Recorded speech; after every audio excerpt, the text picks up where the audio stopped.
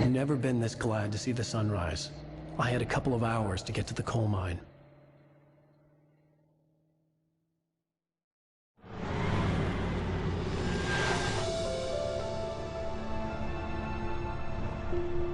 The coal mine wasn't far now.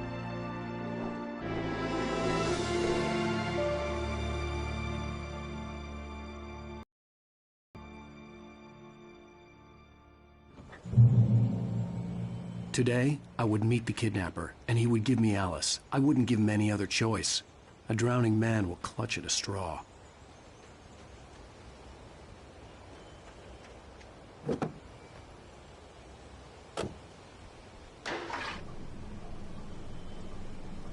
Little by little, without realizing it, I'd come to believe that the story in the manuscript was coming true.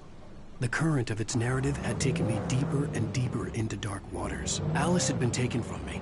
Barry was probably in jail. I was a fugitive from the FBI. The whole world taken over by the Dark Presence was trying to destroy me. It all felt real, but it matched a textbook case of insanity.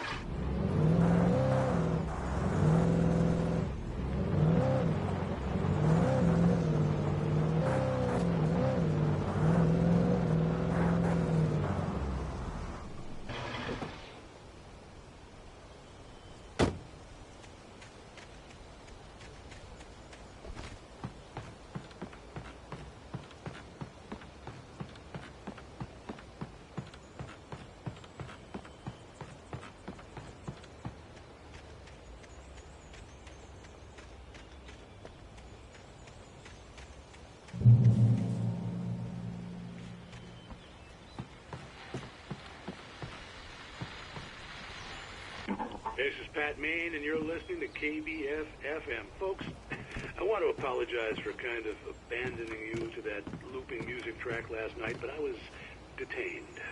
You see, I encountered a big-shot G-man with an itchy trigger finger who could use a lesson in manners and a boot in the ass, not necessarily in that order either. Now, folks, I know I'm not being very informative here, and I apologize for that.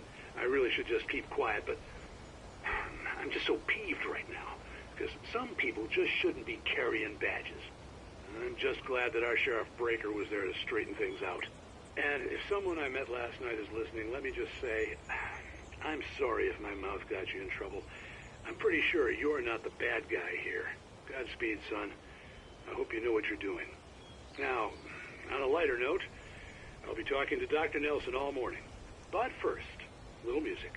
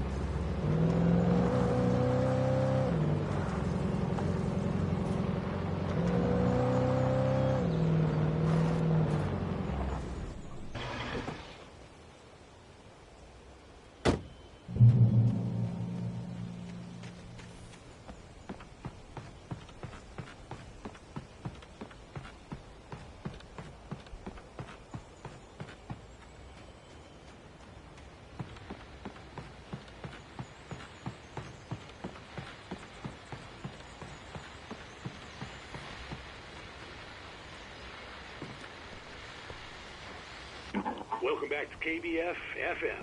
Hope you enjoyed that tune. Now, Doc, you were talking about life and finding that special someone, that soulmate. Well, you were talking about that. I was saying I don't buy it. Well, see, to me, that's strange, because I always pegged you as a hopeless romantic. You got me there, Pat. But I think love's where you look for it. And you need to do a lot of looking, sure. But the idea that there's that one special person out there for you, and if you miss that chance, it's gone forever, and you're forever incomplete. I mean, isn't that depressing? Or, heck, childish even? There's plenty of fish in the sea. And apparently a fisherman has a fishing analogy for everything. But what you're saying, isn't that a little harsh? Well, no. What I am saying is that your potential for finding that connection isn't limited to what's essentially a chance encounter. How is that harsh? Yeah, well, I guess that's a nice thought, but let me say something personal here. Okay. Now, well, I don't disagree with you exactly, but I can't really fit that together with what I feel, what I felt for someone, because she was the one. She was. And I let her drift away from me. Maybe I didn't put in the work, I don't know, but well, since then, and it was a long time ago, but since then, there hasn't been anyone, not like her. And I'm not saying I dwell on her or haven't moved on. I like my life. I'm not living in the past, but I do miss the way she completed me. You can't argue with the heart, Pat. I'm sorry, folks. I had kind of a scary experience last night, and let's just say it's shaken a few things loose.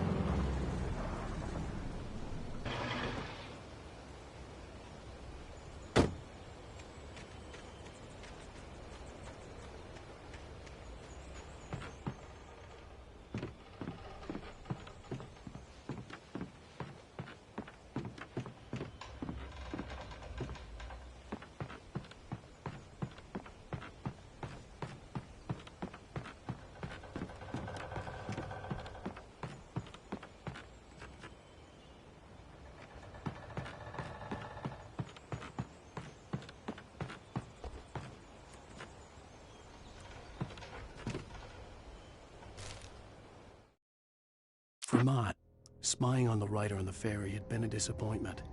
His boss had made Wake out to be something special, but Mott hadn't been impressed. He'd gotten a good long look at the wife, though, and he liked what he saw. Mott had fantasized about goading Wake into a fight, but it hadn't happened. Still, he'd get his chance to see if the writer had anything in him. He'd been promised as much.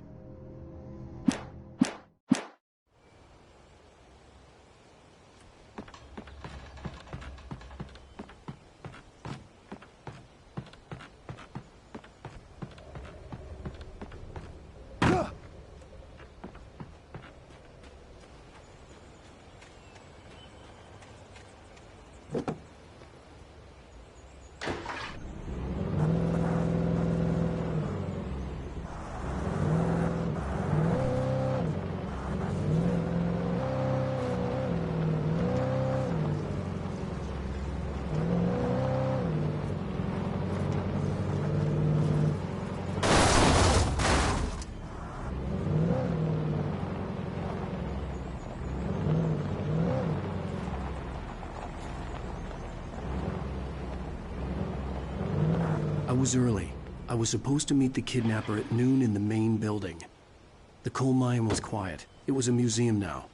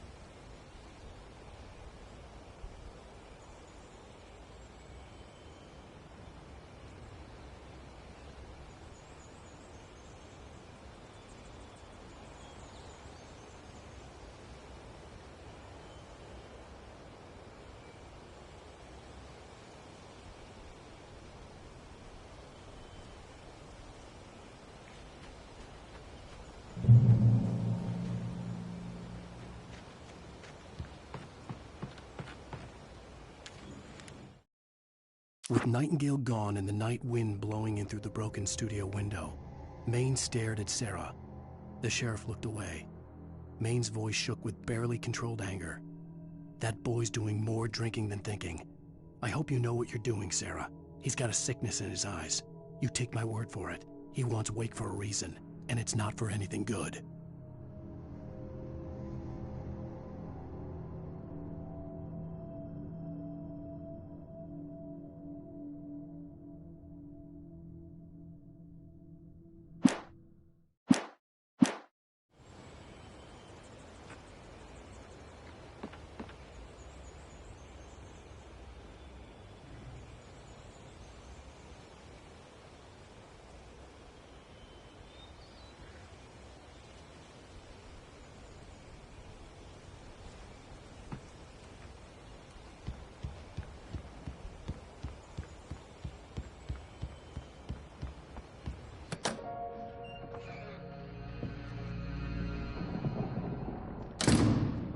I didn't want to go outside.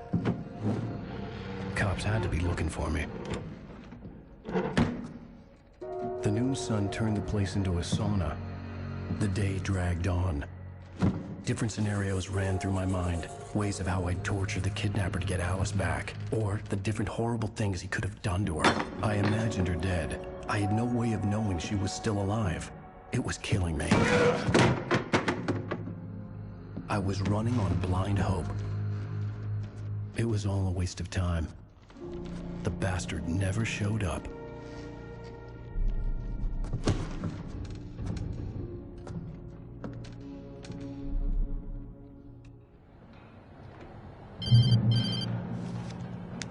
Wake! Where the hell are you? Change of plans. You know where Mirror Peak is? It's a big mountain north of where you are. You follow the path from the mine, you can't miss it. There's a lookout point there. I'll be waiting. I'm through being jerked around by You you. want to see your wife alive? Because if you do, you better watch what you say to me. Do we understand each other? I want to talk to Alice. Yeah, and I want the manuscript. Don't keep me waiting, Wake. Hello? Hello? Ah! I'm gonna kill him! I had to get to Mirror Peak.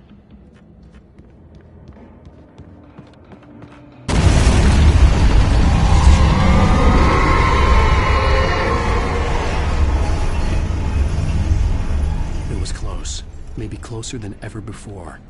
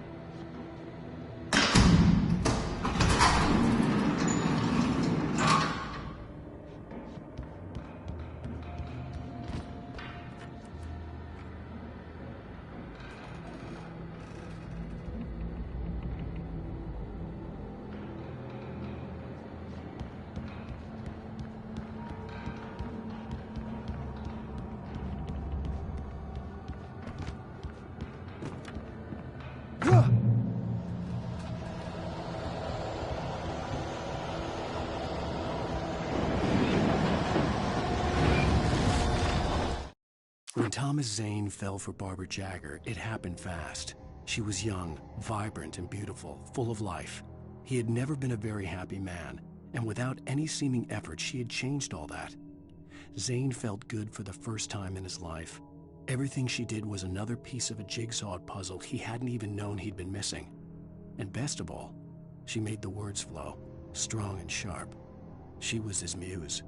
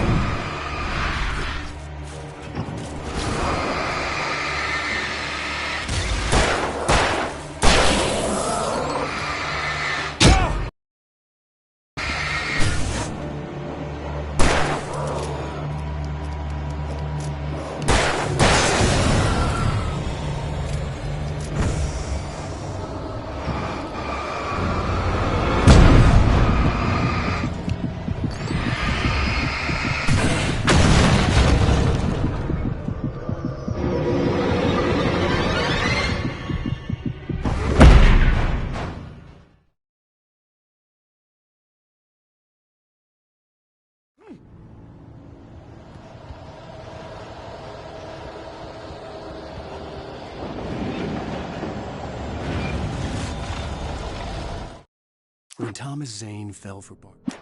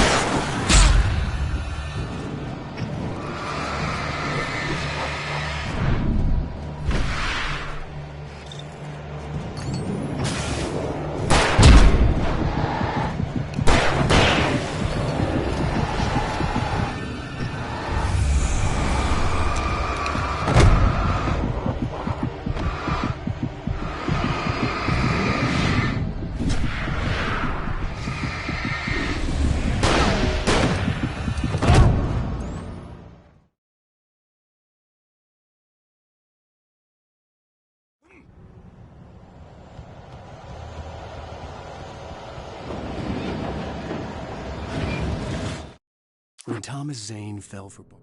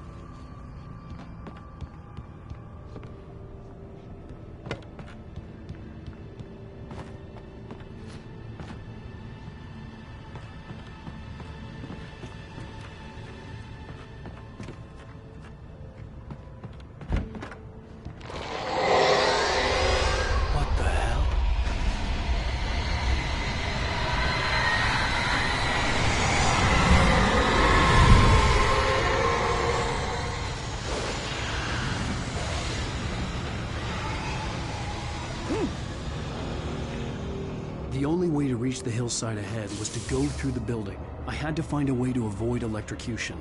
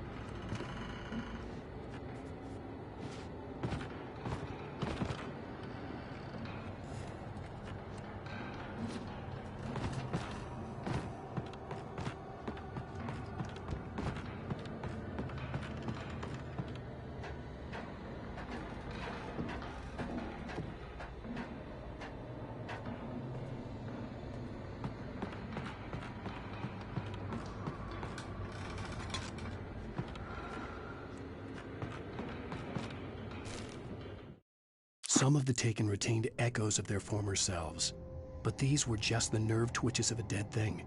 Nothing remained but a shell covered and filled with darkness. In most cases, these puppets were enough for the purposes of the dark presence. But for anything more elaborate, as with the writer, it was different. It needed his mind. And so rather than taking him over completely, it merely touched him.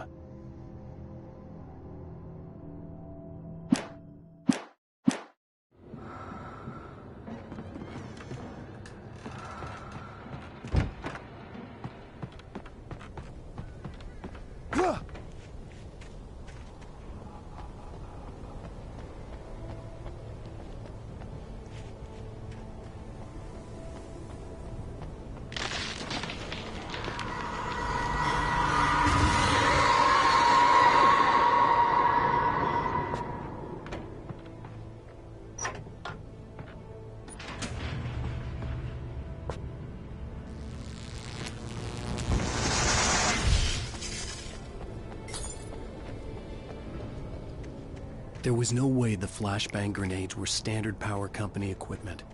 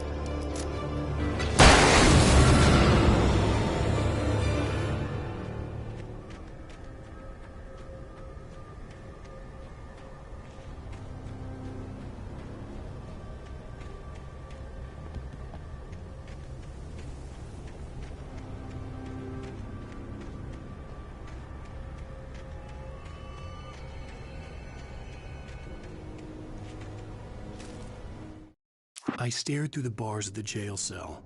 Barry stood behind me, swaying on his feet, looking as ill as I felt.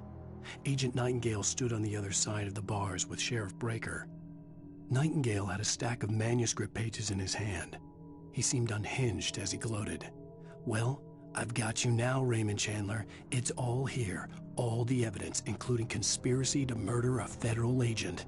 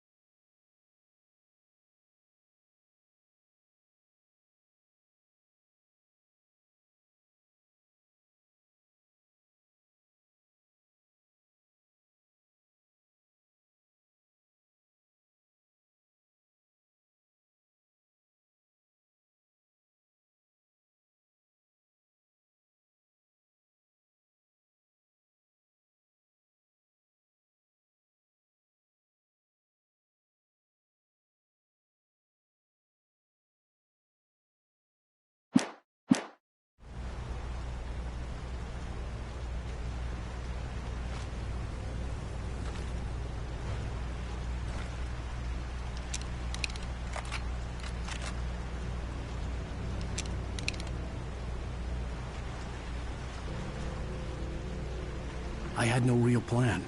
I was going to give the kidnapper all the manuscript pages I had for Alice. If that wasn't enough, I'd hold him at gunpoint and make him talk.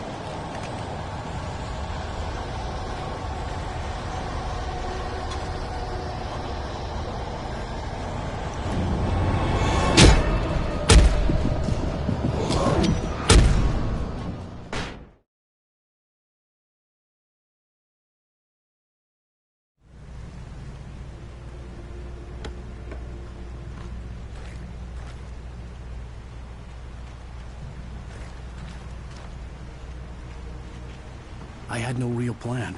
I was going to give the kidnapper all the manuscript pages I had for Alice. If that wasn't enough, I'd hold him at gunpoint and make him talk.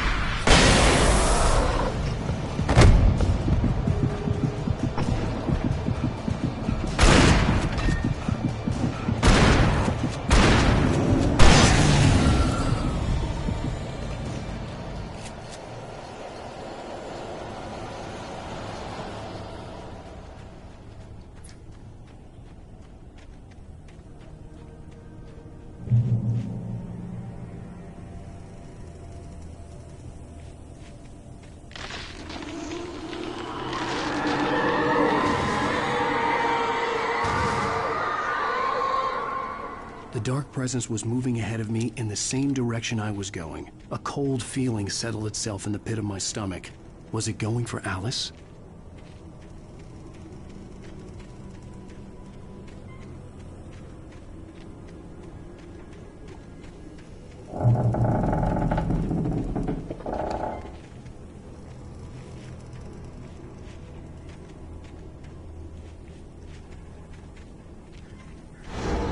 The graveyard shift may cause cancer.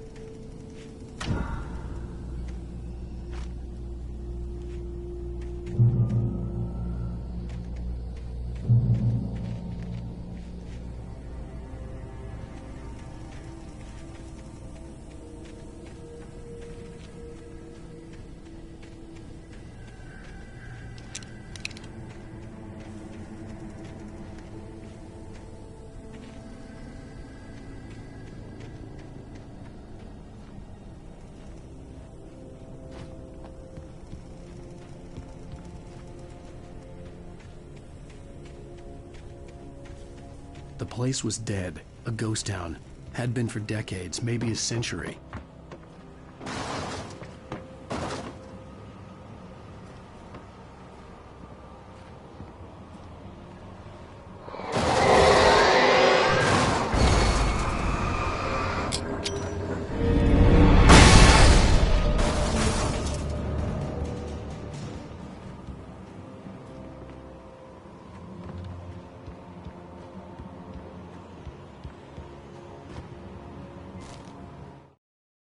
Things were never as simple in real life as in fiction.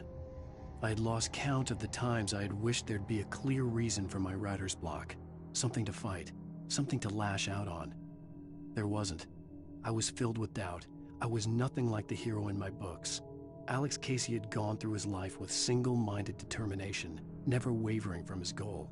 Even now, I was angry at myself, angry at Alice, angry at Barry. I was fumbling and I had no plan.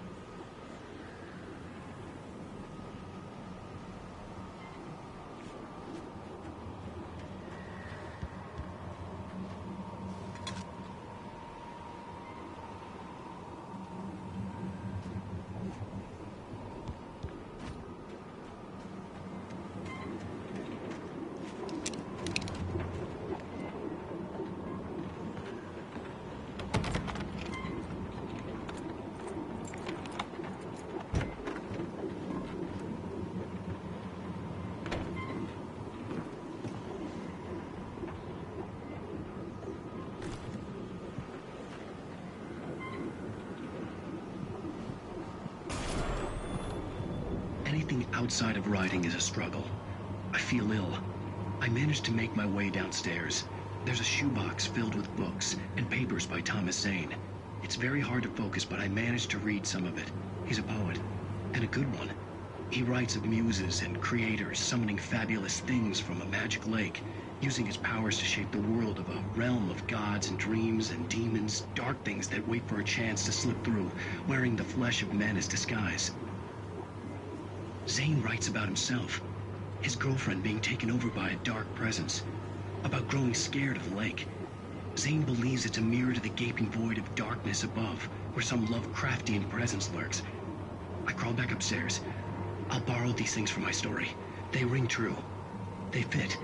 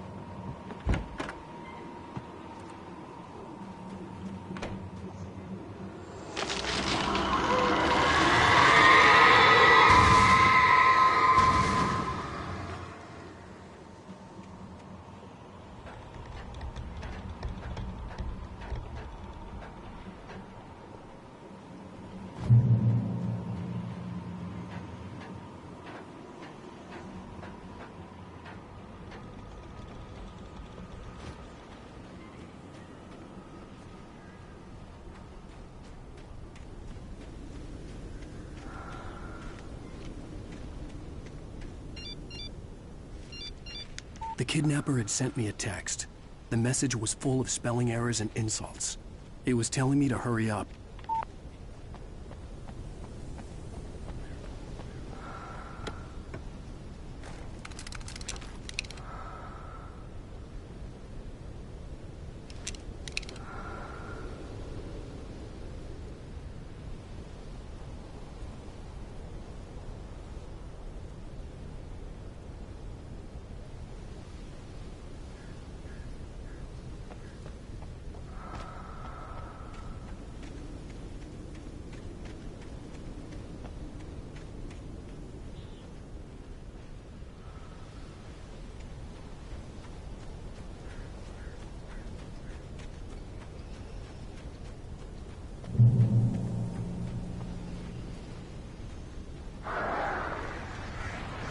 Birds.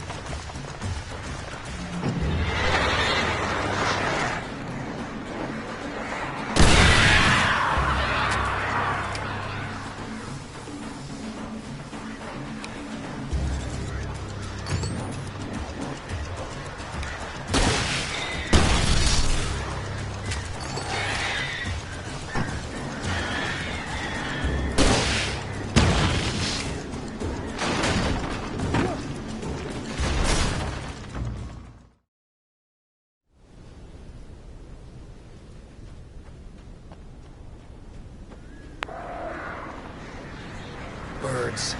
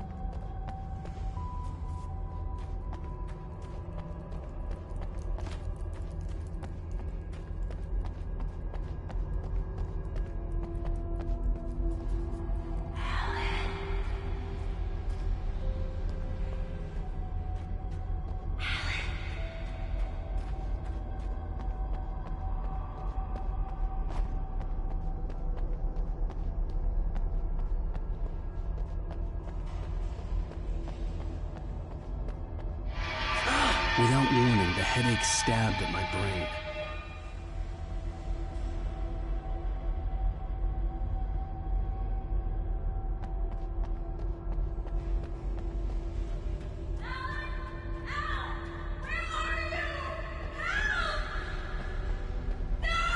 Alice?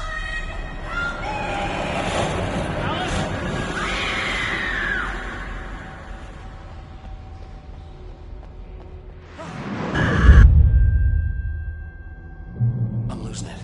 I gotta get out of here.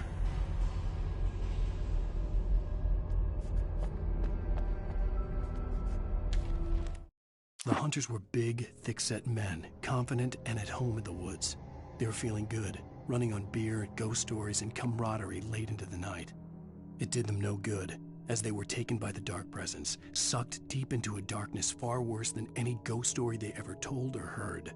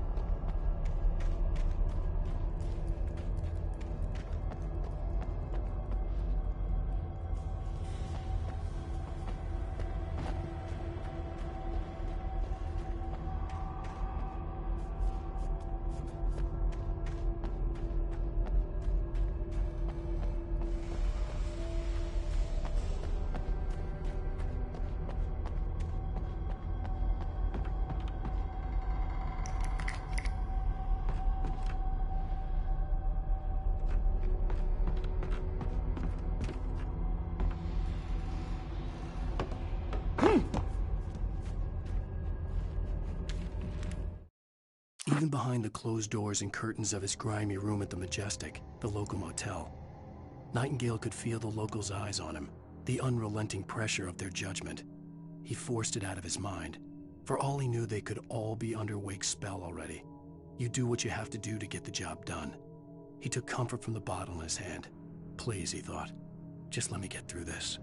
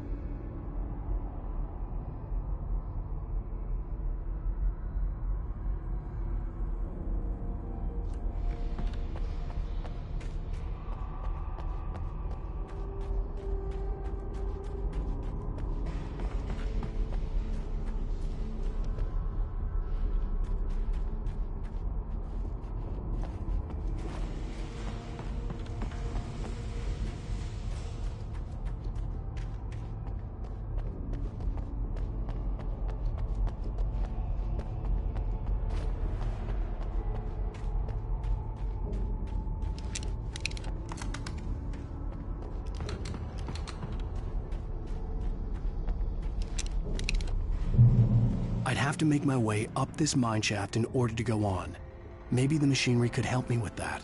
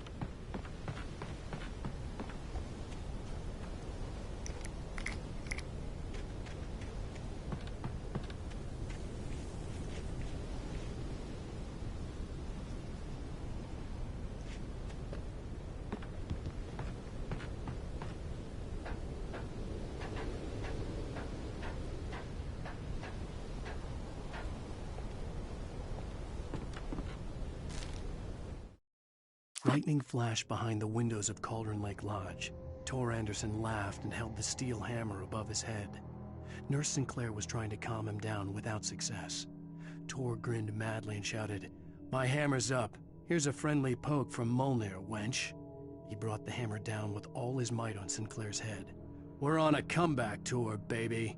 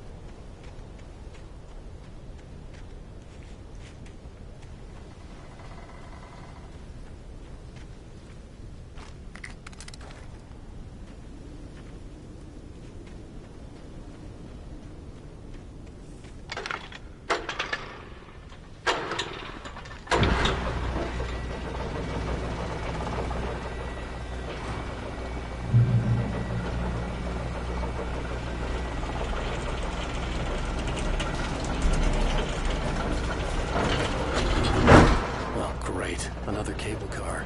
Just great.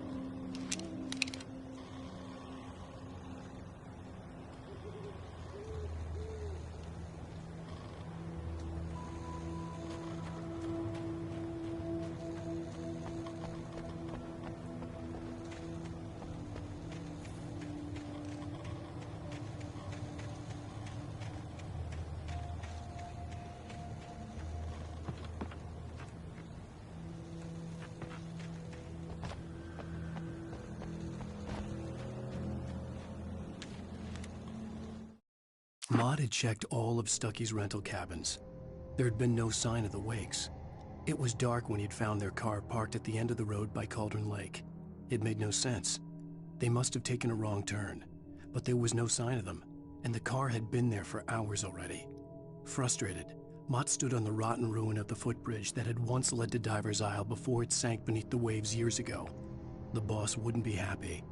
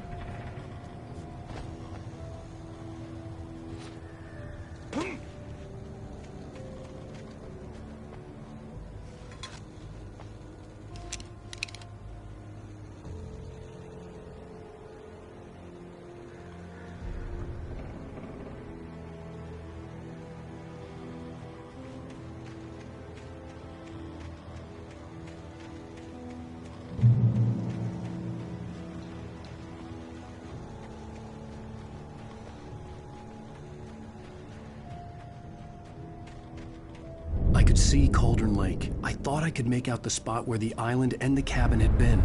There was a light near it. It had to be a boat.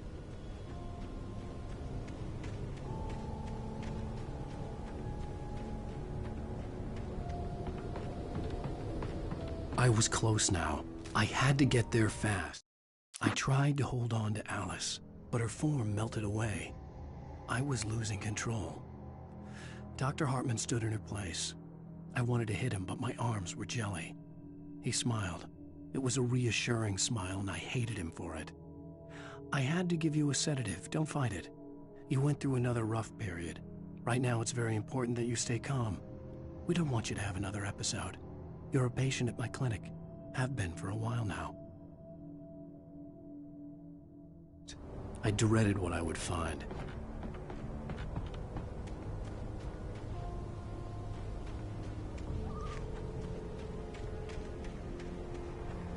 Wait! Are you? Wait! Hey, I'm here! I'm coming! No! Get away! Sorry. Please, it's late. The boss didn't know who he was messing with. I didn't know. I swear, I didn't know. We don't have a wife. We don't know where she is. She's probably drowned. We just said we had her to make her play ball, you see?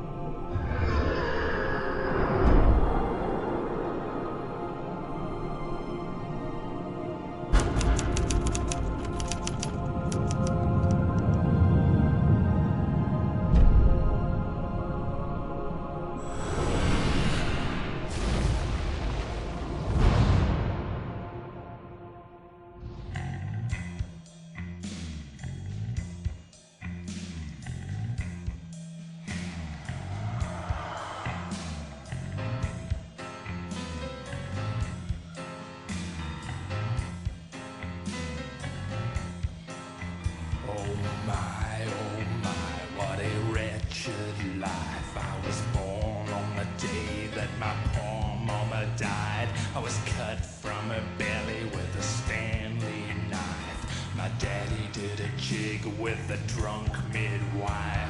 Who's that yonder all in flames, dragging behind him a sack of chains?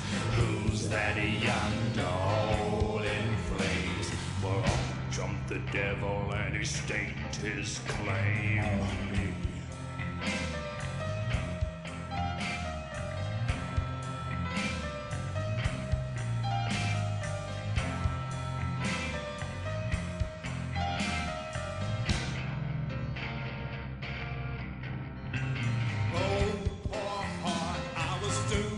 Start, the doom to play the villain's part. I was the baddest Johnny in the apple cart. My blood was blacker than the chambers of a dead nun's heart. Who's that milling around the courthouse steps? Nail on my face to the hitching fence. Previously on Alan Wake, I'm hunted by the law. Sheriff, Wake's running. I'm giving chase. Are you seriously telling me that writer just took out my deputies? A thriller I supposedly wrote is coming true. The genre of the story seems to be shifting. It's turning into a horror story. I was told that Alice had been kidnapped, but that was a lie. We don't have his wife. We don't know where she is. Her purported kidnapper was eaten up by the dark presence before it attacked me.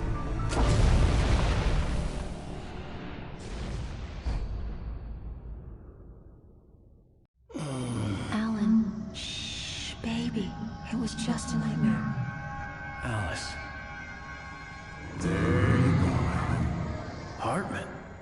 fell. I had to give you a sedative. Don't fight it. You went through another rough period. What? Right now, it's very important that you stay calm. We don't want you to have another episode. You're a patient at my clinic. Have been for a while now. The shock of your wife's death triggered a mental illness. No, you're lying. You're suffering from various symptoms of undifferentiated schizophrenia. Bastard. It's okay, Alan. Just let go.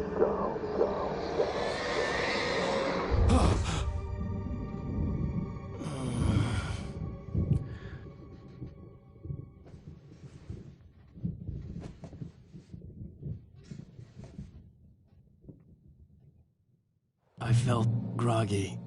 Whatever Hartman had bumped in me was making me numb. I felt like this was happening to someone else. Someone I was watching on television. I couldn't think. Couldn't focus.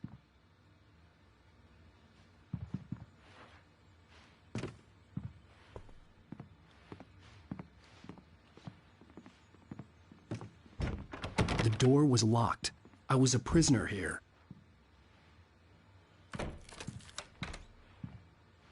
Good evening, Alan. Are we feeling better now? Feeling calm? Yeah. I see you brought your pet gorilla with you. So sure, I'm calm. I get the message. Loud and clear. Why, right. That's the spirit. You're being very brave, Alan. I understand you're confused. I would be more concerned if you weren't suspicious of me. I don't blame you for it. Big of you. Now, why don't you come with me? We'll reacquaint you with my clinic and go over everything you might have forgotten. Little walk and some fresh air? Yes, it will do you good. This corridor is for patients. Most of them aren't here right now. Jack took them out for a fishing trip, except for the ones who are particularly vulnerable, of course. I encourage creativity as a part of the recovery process here at Cauldron Lake Lodge. I specialize in treating artists. I bet you do. Splendid, Alan. I honestly believe we can get this thing under control if we work together. This way, Alan.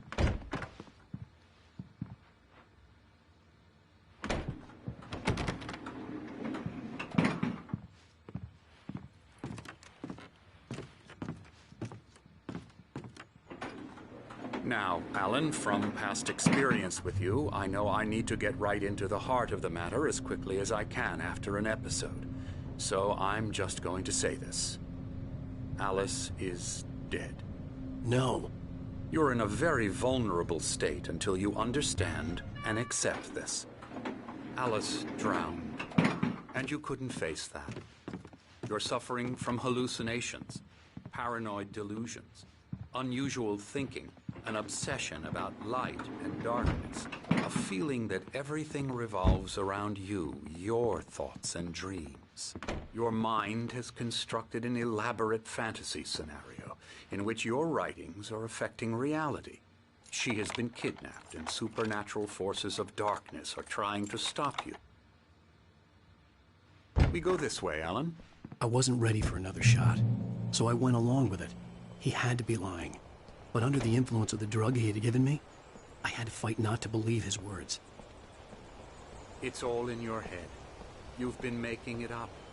Apart from the tragic accident with your wife, no one has been killed. Your delusions are just a manifestation of your subconscious mind trying to protect you from the too painful truth. Unless we fight the fantasy, it will return. I know the instinct is to resist me, but think about it. Doesn't this make far more sense than the insane supernatural conspiracy you have concocted in your mind? You're a skeptic by nature, Alan. We both know this. Everything can be explained logically.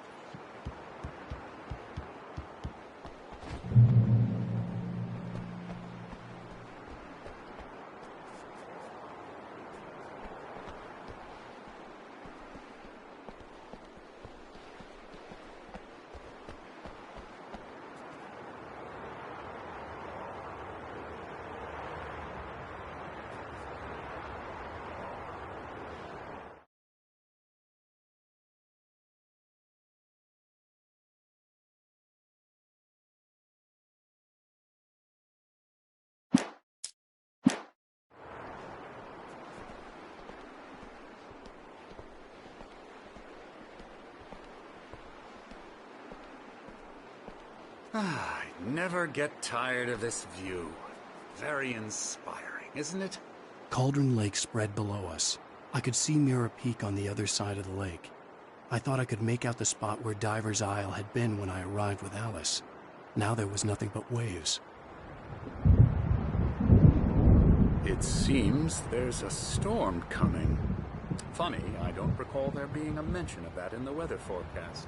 Well, no matter. This way. Follow me. Alan, what I'm telling you is good news. Right now we're in control. Every time you have a relapse, it gets more and more difficult to resurface from the dark depths of your imagination. Not surprising, considering your profession. Imagination is what you work with. After all your nightmares, this should come as an immense relief to you. If it doesn't, why is that? Because I'm lying? Or because you don't want to admit that you're not well? It's very natural for you to think of me as your enemy. It's part of the illness. I let him talk. After all, Hartman obviously loved his own voice. His words echoed madly inside my head. But I dug my nails into the palms of my hands to stay You need focused. to work with me. Once you accept that, we can begin the journey towards your recovery. Come along. Let's go inside.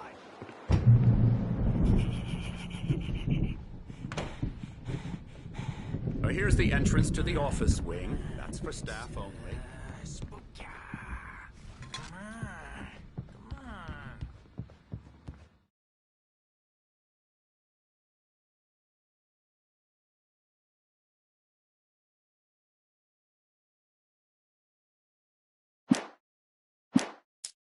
Scary, scary, scary.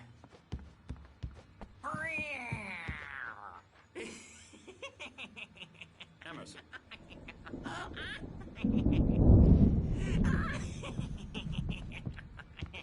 I'm a real bad dream, mister. You should be afraid of me. Don't want to run into me in the night, that's for sure. Please, Emerson. Mr. Wake is confused enough as it is.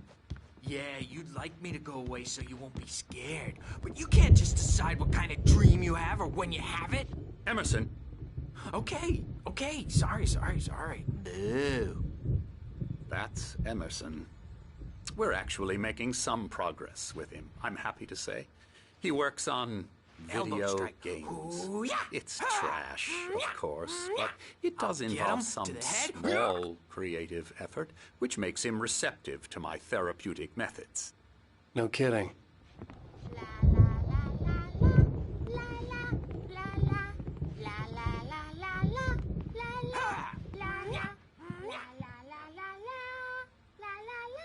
Now, you might have noticed the typewriter in your room. You've been writing as a part of the therapy. As soon as you feel up to it, you should continue.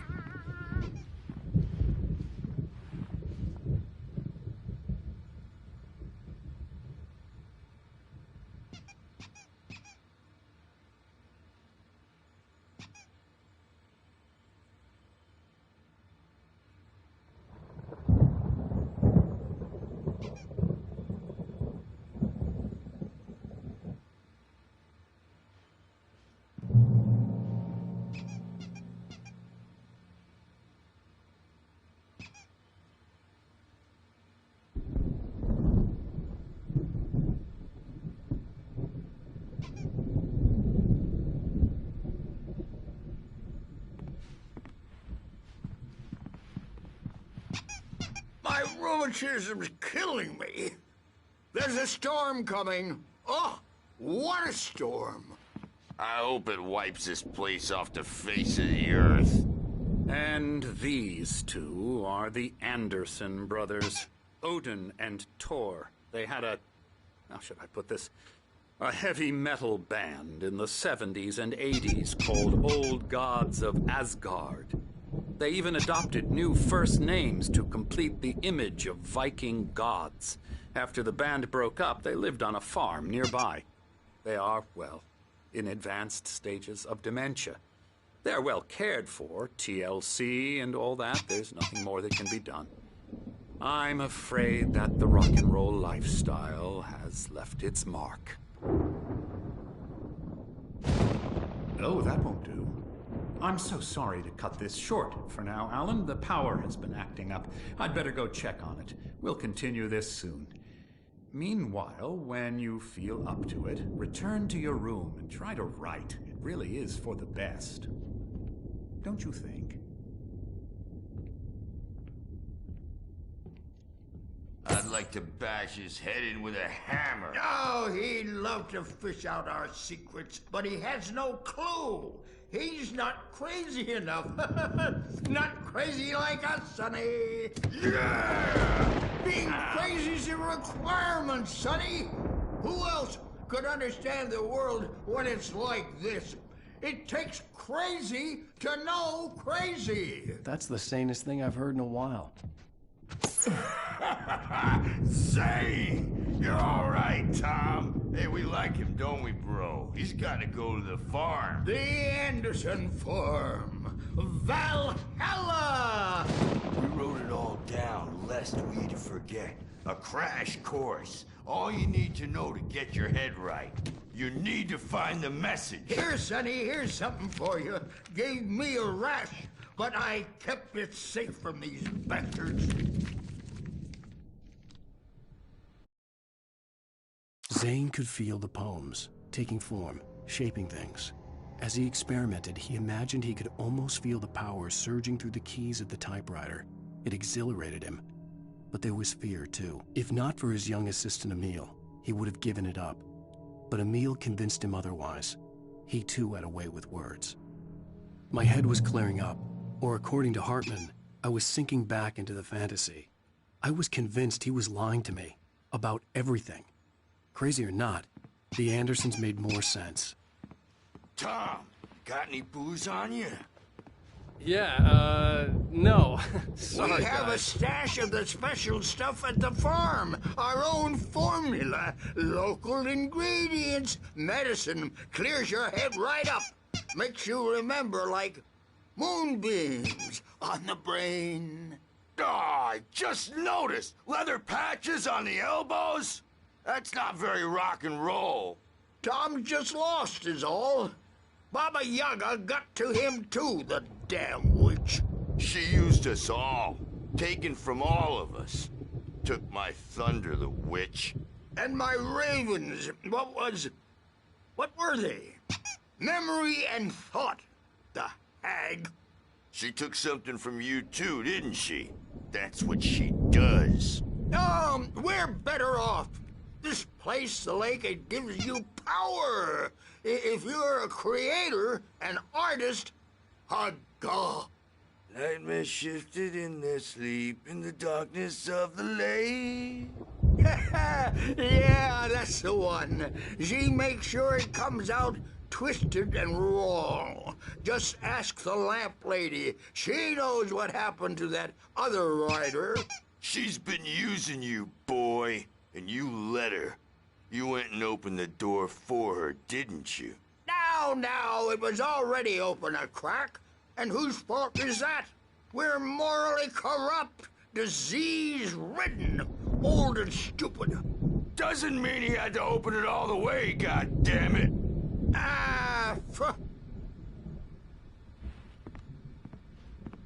So tired. Built the farm close to the lake. A place of power. A bad dream, and you can't wake up. You can't hurt a nightmare because all dreams are only imagination. Oh, hello. I've painted you. Okay. I was just struck by inspiration a couple of days ago. Dr. Hartman wanted me to paint landscapes, and that's what I was doing. But now I've been doing these things, a lot of them. The images just keep coming. Dr. Hartman likes them. He has them in his office. Yeah? He's very proud of me. He says I'm getting much better. I think I'm getting better. Well, I guess I'd better start wrapping this up. The storm is almost here. Look at that. I'd hate to be out there tonight.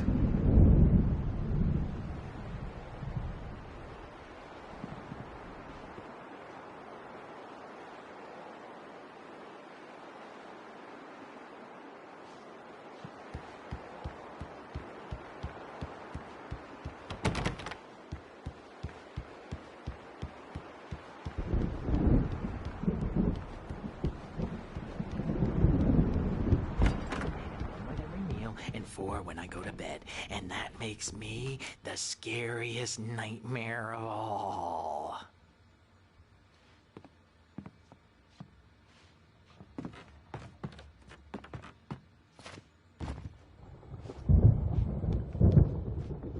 Hey, Wake, why don't you humor Dr. Hartman and give the writing a shot, huh? Typewriter's in your room. You can... Wake.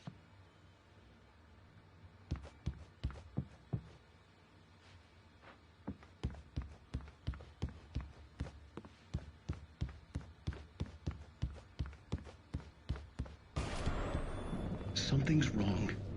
I'm not myself. It's hard to think that there's a shadow inside my head. I can only focus on writing. Everything else is a blur.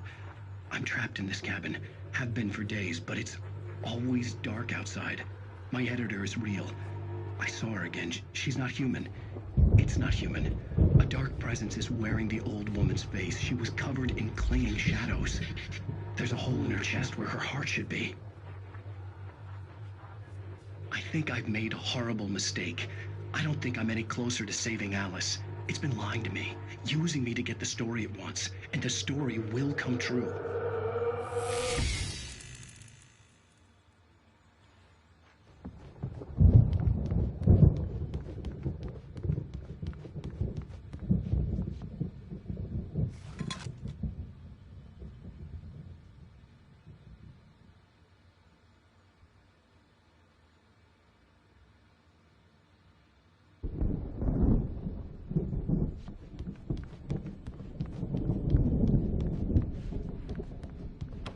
Hartman wanted me to write. I knew I couldn't, but I figured I should just play along for now. It was the only thing I could do with Nurse Birch watching me like a hawk. Hartman had mentioned that the power had been acting up. Maybe that was the reason for the generator and the work light on the balcony. The generator hadn't been activated, and there was no key.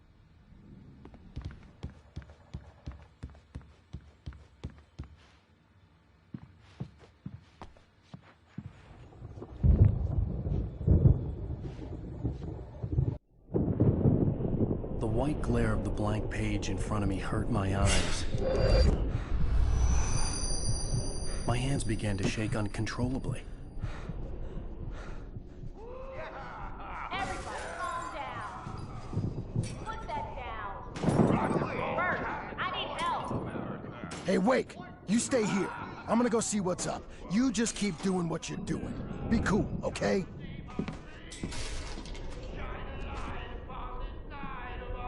I didn't know what the chaos was all about, but it could be my only chance of getting out of here. Where the hell did he get a damn hammer? I don't My hammer's up. Here's a friendly poke from Mjolnir, wench. Hartman kept talking, giving Barry the grand tour, clearly proud of the place. He went on and on about his hunting trophies, and Barry was impressed. But he was here on business. He raised his voice, cut through the monologue. Hey, Hartman, where's Al? Hartman stopped in mid-sentence, annoyed at the interruption. He nodded at the hulking orderly standing nearby. The man smiled and clapped a practiced hand on Barry's shoulder.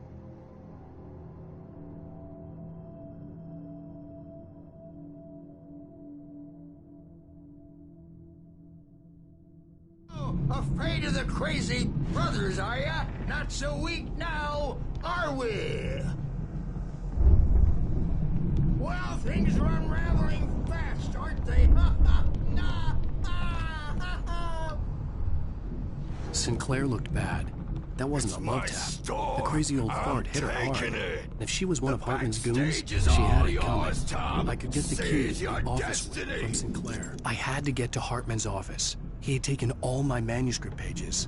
That's where he'd been keeping them. The music, Birch. It's time to pay.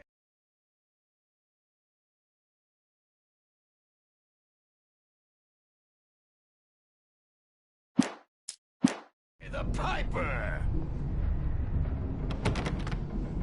Maybe you could come out and beat our wrinkled adult diapered asses, Bert, since you're so tough, Bert. We were on the road, man.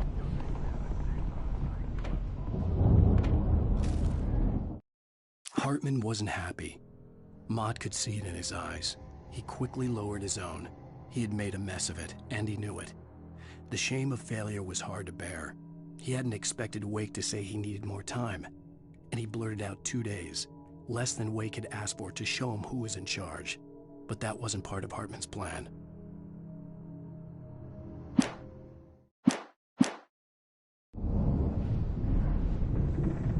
The markings on the tape said they were recordings Hartman had made at the sessions with his patients.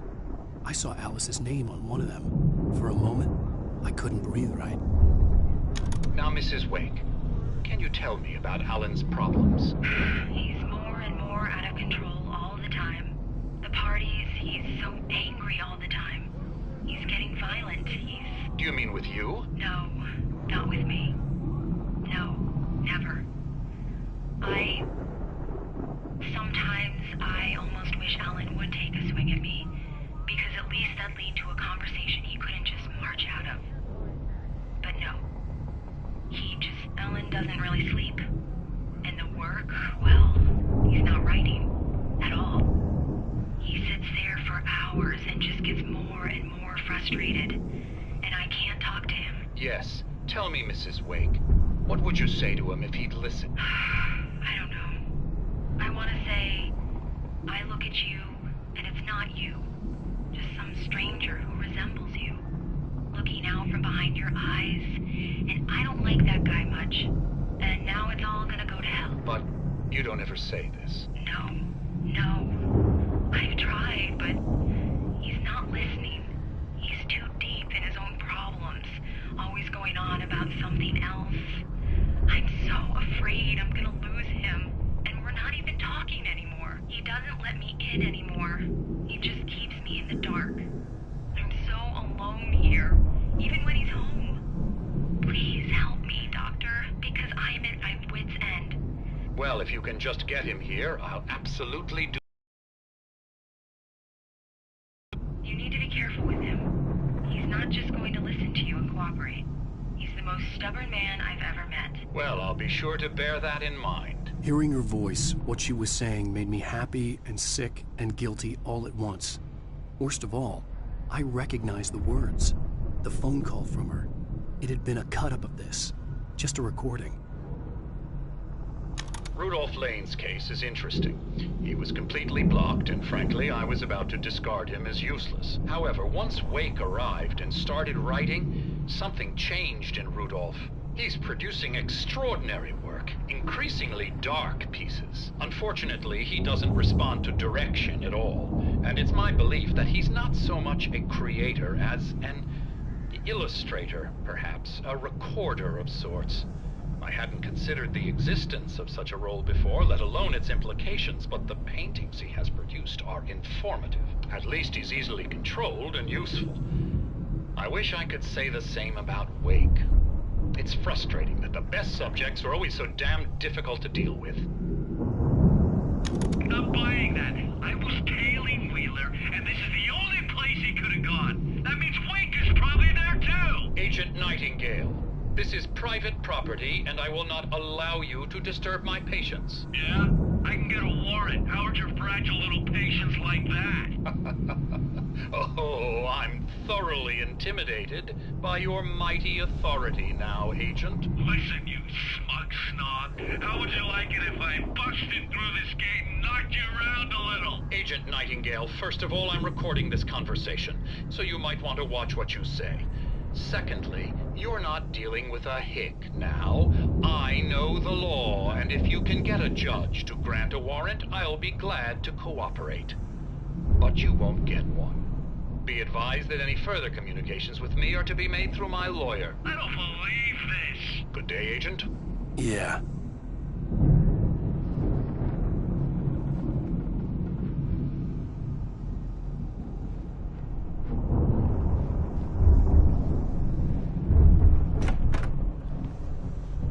Let me out of here! Hartman, do you hear me? I'm gonna sue your crazy quack ass to shreds! Seriously! Do you have any idea how much trouble you're in? I am famous. I represent... Barry? Ow! About time! Barry! Man, am I glad to see you. We need to get to Hartman's office. It's right next door. You okay? Yeah.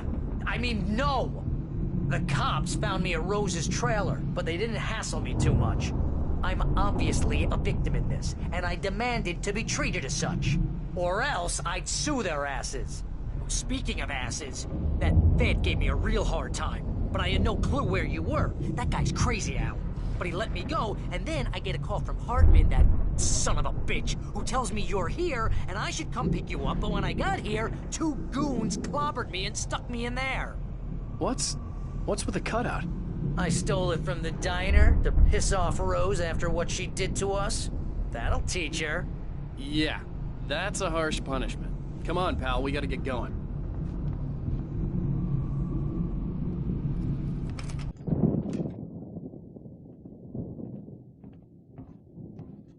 These were all the pages I had on me. And more.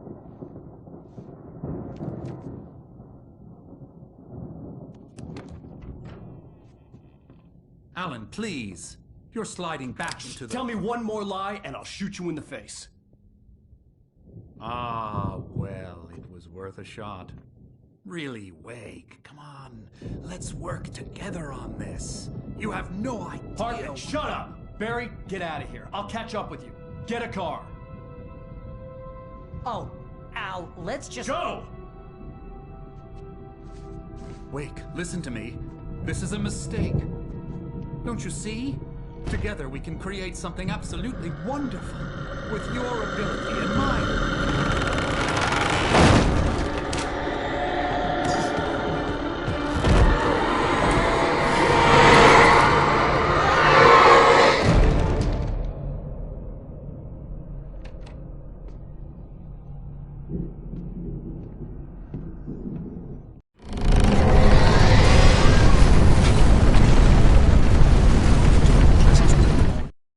Hartman followed the fall of Alan Wake with his binoculars. When the rider hit the water, he ordered Jack to take the boat to him. The spot was easy to see in the dark, even with all the extra lights in the boat. The flare floated and kept burning even in the water. Jack turned the radio louder as the engine sputtered. The music was rough and clanking, something the Anderson brothers would no doubt have enjoyed. But Hartman chose to ignore it. Wake was finally within his reach. I had to find a way out.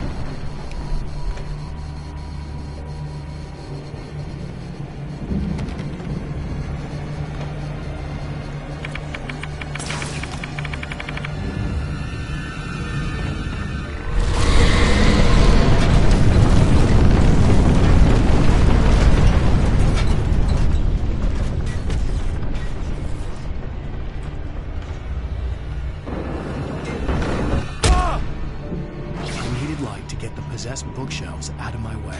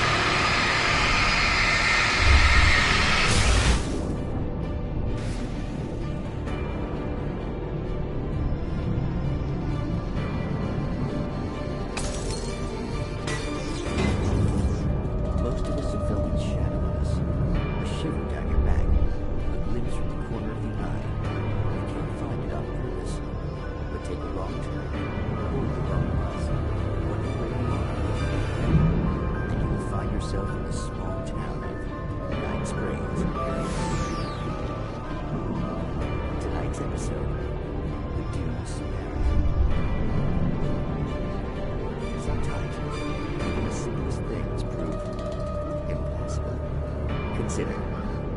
You get in a car and leave a light on.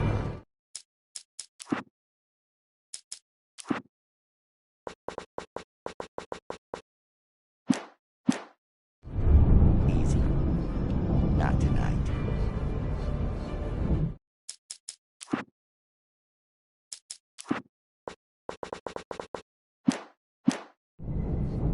Thanks for the ride, Mark. I'm so glad to be leaving this place. You have no idea.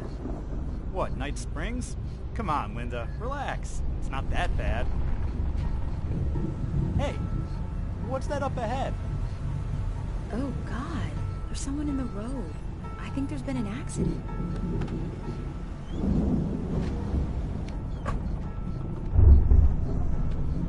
Are you all right? Oh no, Linda! Oh no! It was me on the road! Wait! Tell him to watch out for the truck! Watch out for the truck! My God, Mark?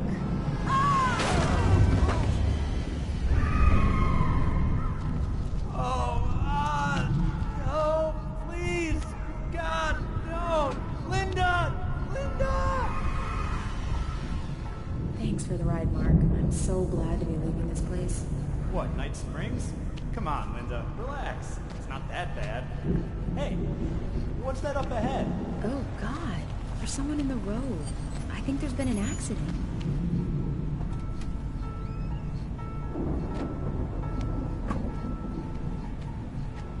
Are you all right? Oh no, Linda! Oh no! It was me on the road! Wait! Tell him to watch out for the truck! Watch out for the truck! My God, Mark? And there you have it. A vicious cycle, brutally punctuated by the blast of an air horn and screaming metal. Many roads are dangerous, but none more so than the one that leads away from Night Springs.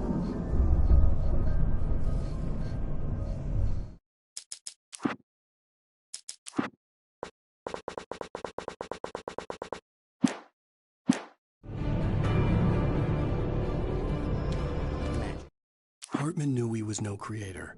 He had no ambitions on that front. And he certainly didn't want to end up like every artist he had worked with here, damaged in ways that were hard to describe, or worse. It was enough for Hartman to maintain creative control and provide direction, to be a producer. That was what most of these people were in need of anyway. Of course, suitable subjects were few and far in between.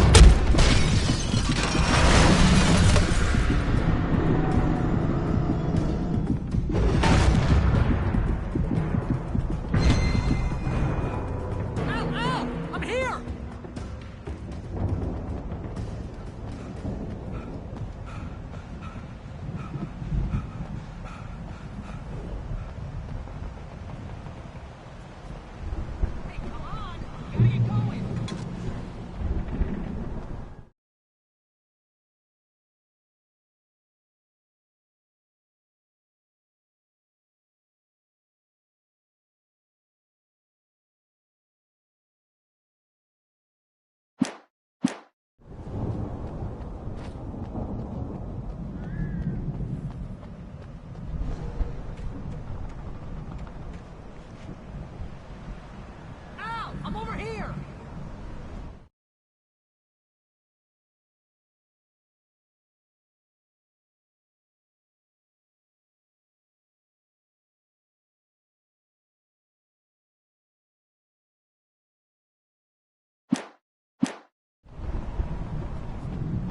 I found the car, but the gate's locked. You're gonna have to go through the hedge maze over there! Barry, I don't have a light. Take this, Al! Oh, God! Look at the house, Al! Look out!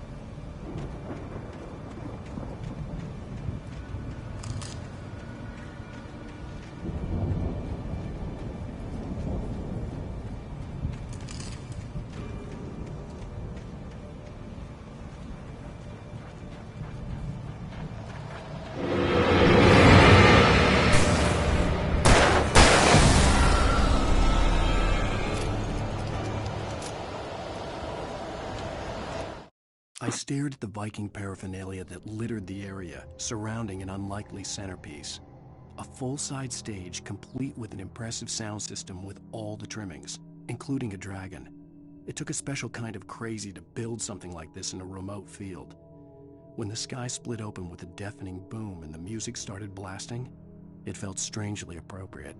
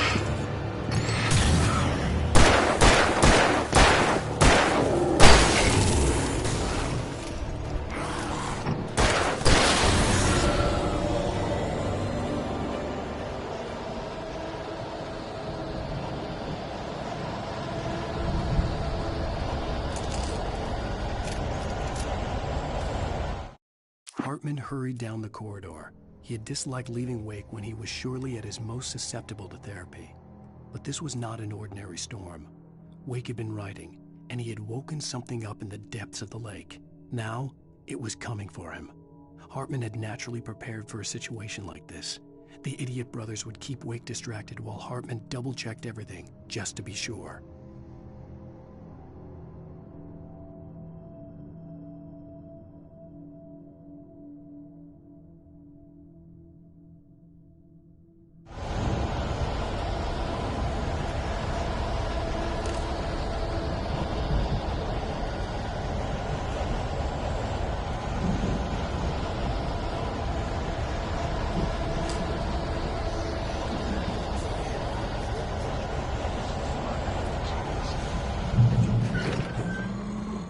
Channel, we'll turn it off. We don't want any fighting. It makes me...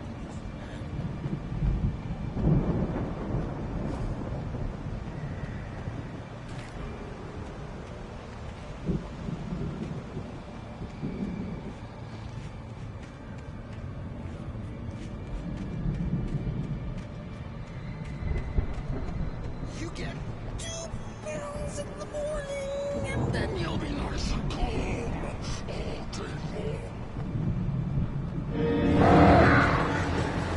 You get 2 pills in the evening.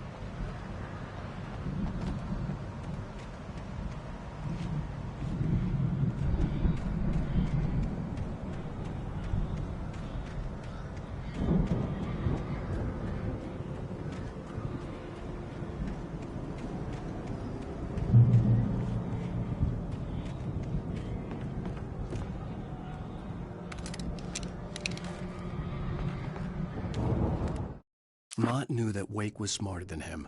Wake had more money, a beautiful wife, everything. And Hartman said Wake was important. That made him better than Mott. But Mott was calling the shots now. He'd expected Wake to whimper and grovel, but instead, he seemed willing to fight. Mott knew he'd gotten under Wake's skin. If only Mott actually had his wife. The thought made him shiver.